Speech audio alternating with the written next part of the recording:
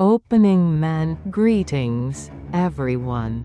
This is Beauty Spy War, a 123-episode epic spy thriller, adapted from the award finalist screenplay, Scorpio, which advanced to the finals of the second Proud Korean Screenplay competition.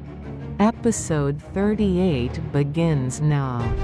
In the previous episode, Juntae's team traced Sang-wook's intricate movement pattern, and discovered he had a hideout on Ganghwa Island.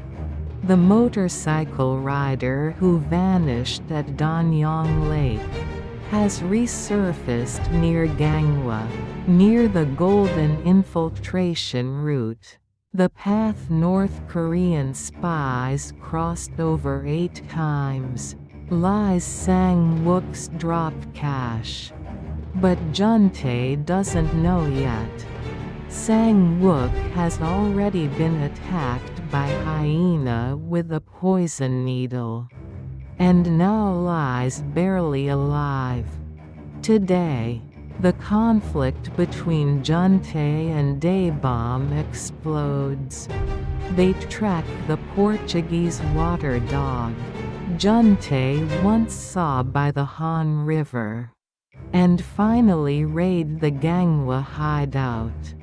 A shocking discovery awaits. Episode 38, Sang-wook poisoned and collapsed at the hideout. Let's begin. This place. Why? Why? Did you just say, why? I get what you're emphasizing, Senior Kong, but this is the very place where Lee Seon-sil, ranked 22nd in the Workers' Party hierarchy, defected back to the north. Juntae fell silent. Don't you know? You know, right? I know. I'm a team leader myself, after all. Team leader? Team leader, bureau chief, director doesn't matter. We have to face reality. Who's ignoring reality? Seems like you are right now. I'm not ignoring it. I'm saying we need to maintain procedural legitimacy. Procedural legitimacy, sure, fine. Spy Kim Dong-sik carried Spy Lee Seon-sil on his back and walked out across the tidal flats. Juntae was speechless. That route was used several times to escort her to the north on a semi-submersible. I know roughly. He carried that old woman on his back and danced as he walked. Danced? Yeah, danced. Why? Because he was slipping past our detection. Making a mockery of South Korea's security system, and walking out bold as brass. Wouldn't that make you giddy? Ah, that's a tough situation. Damn right it's tough. That's why I'm saying ignore the legal procedures and execute the operation. We'll get the warrant later. And what if you get hurt in the process, Senior? If they come for me, I'll take the fall. Don't worry. I'll take responsibility. Daebeom vented his frustration, glaring at team leader Yoon as if deeply dissatisfied. Senior, look at the political climate these days. Are you confident you won't regret this? I know the political climate. I've got eyes, don't I? And what about the Intelligence Committee? Grilling you like they're going to eat you alive? Politicians? Those so-called leaders twist everything to suit themselves. It's the same old story, isn't it? Everyone knows that. How many times have yesterday's enemies become today's allies, and yesterday's allies become tomorrow's enemies? But the higher-ups are telling us to tone it down. And what good has come from doing that? With all this talk about inter-Korean cooperation, the atmosphere seems better than before. The director even gave orders not to push the investigation too hard. Suddenly, Daebeom grabbed Juntae by the collar. "You bastard. I've been patient long enough." Fury blazed in Daebeom's eyes. "Where's your fighting spirit? Huh? You're supposed to be catching spies. And you're spouting that kind of bullshit? What's your core mission? Senior Kong, why are you so worked up today? Politics is politics, and national security is national security. Isn't protecting the nation the top priority? This is about citizens' lives. You understand? Let go of me and talk." "I understand perfectly well." Daebeom tightened his grip on Juntae's collar. Juntae struggled to breathe, his face reddening. "Who are we? Who the hell are we? NIS agents. And what are we investigators supposed to do?" Juntae didn't answer. "We mechanically arrest threats to national security, that's what. Anyone who threatens the nation. We also need to read the Times." "What Times are you talking about? What exactly do you mean by that?" "Well, are you going to put the nation in danger just to save face?" The director keeps telling us to tone it down, down, down, down. Can't you even stand up and declare, even with a blade to our throats? "We will carry out the NIS's sacred duty to protect the Republic of Korea and its people from hostile forces." No conviction. No backbone. Lighter than a feather. Nothing but a servile yes man, clinging to Director Cho's every word. TL note, Salsali Li Bang, in traditional Korean government. The Yi Bang official merely echoed his superior's orders without conviction. Like a fawning courtier. "I'm sorry, senior. I was short-sighted. Yeah, let's stop. What are we doing, fighting among ourselves like this? Honestly, I envy your bold, fearless drive. I've always admired that confident demeanor of yours. I'm sorry, Juntae. I was a bit too sensitive." Juntae was upset, but he quickly tried to diffuse the tense atmosphere. Internal conflict among allies, that's the last thing they needed right now. Sometimes, losing is winning. Juntae had once heard, over drinks, about Daebeom's family history. The reason he lost control at any mention of communists. When Daebeom applied to join the Special Forces. "Why do you want to join the Special Forces?" "To crush communists and blow up Kim Il-sung's palace." without a moment's hesitation, without a flicker of doubt. He answered instantly. Kang Daebeom's family had been quite wealthy during the Japanese colonial period. His ancestors had settled in the plains of Seohang, Ganghwa province. And his grandfather ran a rice shop in Noryangjin, Seoul, 8 stores in total. They were rich.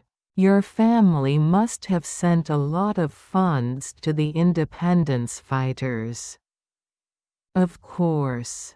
We sent money regularly through secret agents, dispatched by the Independence Army, every time, without fail.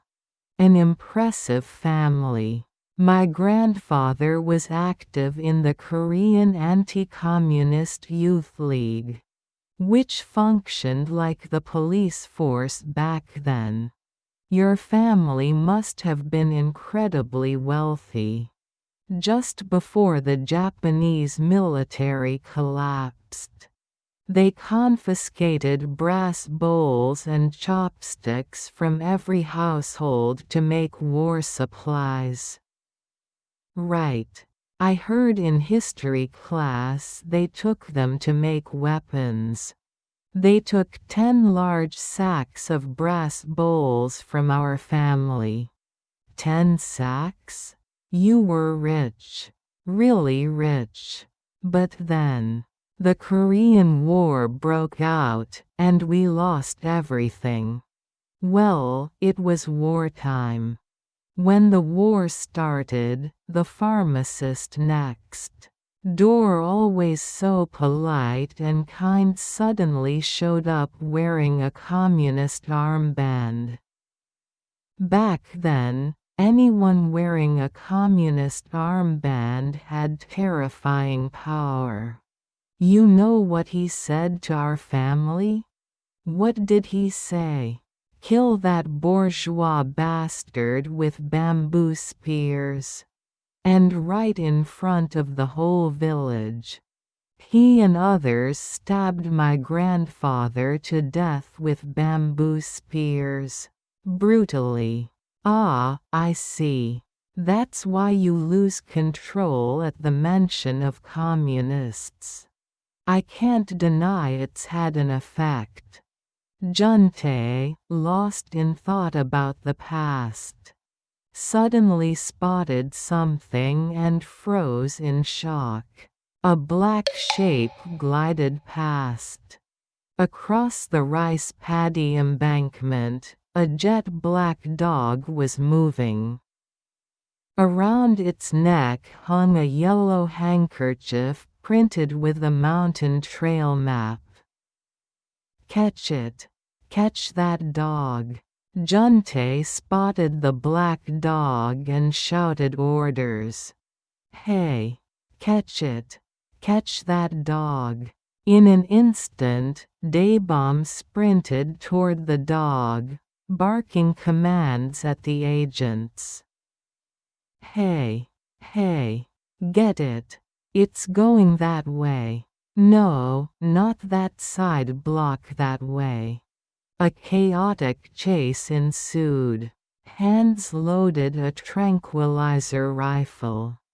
Click. The sound of the bolt locking echoed as the crosshairs swiftly tracked the black dog. Finally, the dog was hit by the tranquilizer dart and captured by an agent. Upon closer inspection, it was a Portuguese water dog.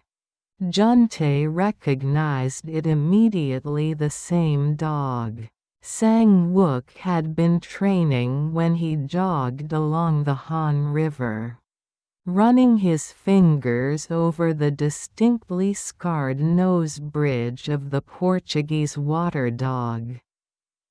Juntae became certain that Sang-wook's hideout was nearby. Yeah, I remember this scar clearly. Team leader. This is definitely Sang-wook's dog, right? No doubt about it. What should we do? Hey. Once it wakes up from the sedative, let it go. It has homing instincts, it'll head straight home. Then we'll find the place in no time. The seasoned Daebeom instructed the agents to release the dog. A short while later, once the agents let the black dog go, Daebeom chased after it from behind, shouting and stomping his feet. Wah! Wah! Run, you mutt! Wah! Wah! Startled by the commotion, the black Portuguese water dog bolted. The investigators gave chase. Behind them, Juntae followed, panting heavily. The hideout was located in a remote area, far from any other houses. A lone, isolated dwelling in a place rarely visited.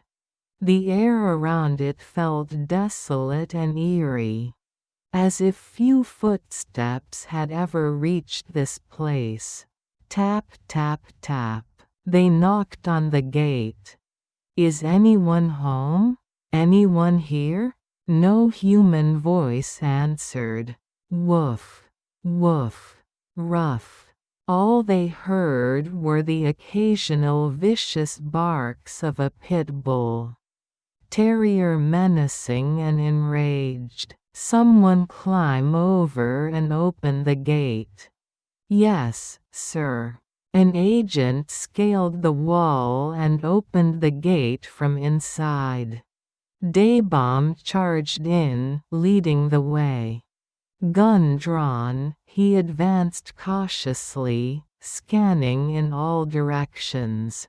Suddenly, a pit bull terrier lunged from the side, clamping its jaws onto Daebeom's ankle and thrashing violently. The force of its bite was no joke. The sheer power felt like it could snap bone. A breed infamous for its terrifying attack. Strength even the owner would struggle to pry it off. Another pit bull charged at Juntae. Fortunately, Juntae grabbed a nearby stick and fended off the dog. The pit bull terrier snarled and lunged relentlessly, refusing to back down. Daebeom's face contorted in fear and pain. Wait. It hurts less than it should. What's going on? Right, of course. The yellow ankle weights he wore year-round for exercise. What a stroke of luck. Juntae struggled to shake off the dog and stumbled into a doghouse. The impact knocked the doghouse over onto its side. The pit bull that had been attacking Juntae suddenly started whimpering and digging at the ground beneath the collapsed doghouse. A black plastic bundle caught on the dog's claws, partially exposed. What's that? Trash? What did they bury here? Out in the countryside, people could bury things anywhere. It's not like there was a separate recycling truck. Assuming it was just garbage wrapped in plastic. Juntae turned his attention back to catching the pit bull, but the fighting dog latched onto Daebeom's ankle showed no sign of letting go. Daebeom fell backward, kicking desperately to pry the dog off. But the pit bull wasn't about to release its grip. These were the pit bulls Sang-wook had. trained suspended on rotating machines to build their ferocity and endurance.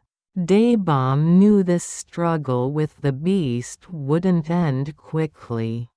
They couldn't afford to waste time. Finally, he drew his pistol from its holster. Bang! He fired mercilessly into the dog's skull. The gunshot rang out, followed by silence as the pit bull terrier went limp. Another shot another dog down. Blood trickled from Daebeom's calf. Juntae rushed over, worried. "Senior, are you badly hurt?" "Damn dog.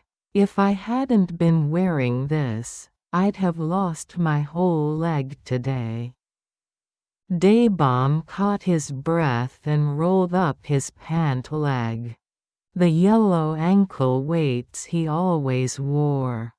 He tore off the Velcro straps and tossed them onto the ground. Sand poured out from the torn weights. Limping, Daebeom spat bloody saliva onto the ground. "Hey, Juntae, get over here. Quick," he suddenly called out urgently. Juntae hurried toward the barn. In front of the barn, Sang-wook lay collapsed. Juntae pressed his fingers against Sang-wook's carotid artery. Then he placed his ear against his chest, checking for breathing.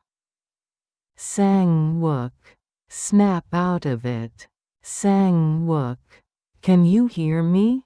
No response. Juntae lightly slapped Sang-wook's cheek, but there was no response. "He's not dead yet, I don't think. Team leader, his carotid pulse is very faint, but it's there." Agent Un-ah picked up a poison needle from the floor and spoke. "Team leader, there's something here that looks like a poison needle." "A poison needle?" "Yes. Definitely a poison needle. But if he was hit with a poison needle, how is he still alive?" "There are marks on his neck where the poison needle struck. But how?" Un-ah pointed to the poison needle mark on Sang-wook's neck, pressing her lips tightly together. "There's no precedent for this. How can he still be alive after being hit with a poison needle?" "I don't know. We'll investigate that later. Suho, Yongdi, get him to a hospital. Now." "Yes, sir. And assign agents to him. Maintain security. There could be another assassination attempt." "Yes. We'll organize teams to guard him. And secure a hospital room with restricted public access. Move out. Contact them on the way." "Yes, understood." Juntae called the NIS Rapid Response Team on his phone. "Yeah, it's me. We've got an unconscious patient. Here looks like he was hit with a poison needle. He might need long-term treatment from a toxicology specialist. Find out where the best one is." "Yes, understood. We're heading out now. Contact Suho and have him assist." "Yes. Connecting to the rapid response team now." "Thanks." Juntae hung up and tilted his head, puzzled. There are strangulation marks on his neck, and he was hit with a poison. needle, but somehow he's still alive. Lucky guy. Doesn't seem like it's his time to die yet. Hey. Wait, what's this? Careful. If you pull that, it might explode. Ending meant Juntae and Daebeom clashed over their investigative philosophies. No conviction. Just a yes man, parroting Director Cho's orders. Daebeom's grandfather was murdered by communists during the Korean War, stabbed to death with bamboo spears. That's why he can't control his rage. The black dog crossing the rice paddy. The Portuguese water dog from episode 17. The same scar on its nose. Following it, they found Sang-wook, collapsed in the barn, poisoned, strangled, but somehow still breathing. Then, what's this? Don't pull it, it might explode. A mysterious object beneath the doghouse. Next episode, the drop cash secret revealed. Every Monday, Wednesday, Friday. Subscribe and hit the bell. See you in episode 39.